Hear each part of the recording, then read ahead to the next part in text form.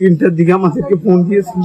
আমি জানতো সব স্টেজে উঠতে পারবে না, উঠতে তাকে গ্রেফতার করা হবে, আয়োজক কর্মীদেরকে গ্রেফতার করা হবে। আমি জানতো সব আমাদের এখানে আসি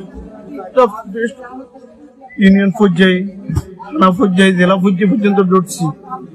সবাই আমাদেরকে প্রথমে সম্মতি দিয়েছে, লিখিতভাবে অনুমতি দিয়েছে, কিন্তু সর্বশেষ আজকে ওনাকে স্টেজে আনার জন্য উনি আমাদের এলাকাতে পর্যন্ত এসেছে, এবং এখানে অবস্থানও করেছে প্রায় 2 ঘন্টার মতো। আসসালামু আলাইকুম ওয়া রাহমাতুল্লাহি ওয়া বারাকাতুহু। আমি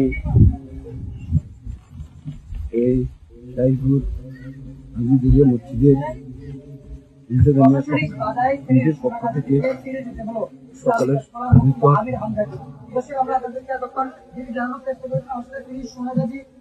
সকলের নিকট দুঃখ প্রকাশ করতেছি, সকল কাছে ক্ষমা চাইতেছি। আপনাদেরকে ছিল না, কোনো খানা ছিল না, আমাদের এইখানে এলাকার সকল ছেলেরা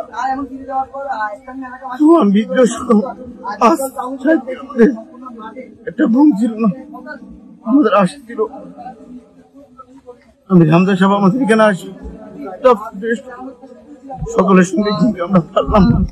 সর্বশেষ আমরা ইউনিয়ন পর্যায়ে, থানা পর্যায়ে, জেলা পর্যায়ে পর্যন্ত দৌড়ছি। সবাই আমাদেরকে প্রথমে সম্মতি দিয়েছে, লিখিতভাবে অনুমতি দিয়েছে, কিন্তু সর্বশেষ আজকে 3টার দিকে আমাদেরকে ফোন দিয়েছে। আমি জানতো সব স্টেজে উঠতে পারবে না, উঠতে তাকে গ্রেফতার করা হবে, আয়োজক কর্মীদেরকে গ্রেফতার করা হবে।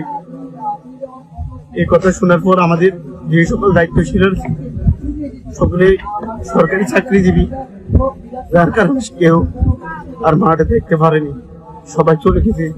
একমাত্র প্রশাসনিক থেকে অনেক আমাদের আলী হোসেন আলী ভাই দৌড়াদৌড়ি করেছে, পারেনি। আমি মাঠে অনেক দৌড়াদৌড়ি করছি, সফল করার জন্য পারিনি আমরা। এই জন্য সবার কাছে দুঃখ প্রকাশ করতেছি, আমাদেরকে ক্ষমা করে দিন, আমাদের প্রতি কেউ রাগ নিবেন না।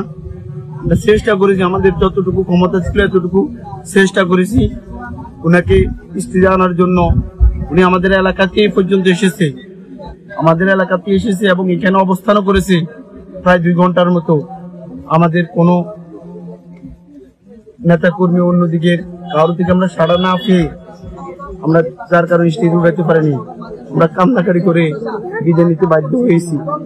আমি সকলের কাছে কমিটির পক্ষ থেকে ক্ষমা চাইতেছি। ধন্যবাদ সকলকে।